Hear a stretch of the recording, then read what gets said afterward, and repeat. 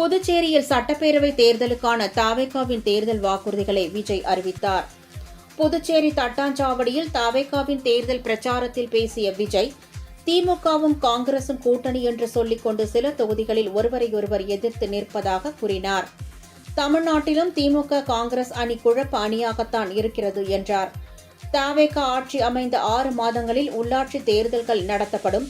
மகப்பேறு உதவித்தொகையாக 25,000 ரூபாய் வழங்கப்படும்.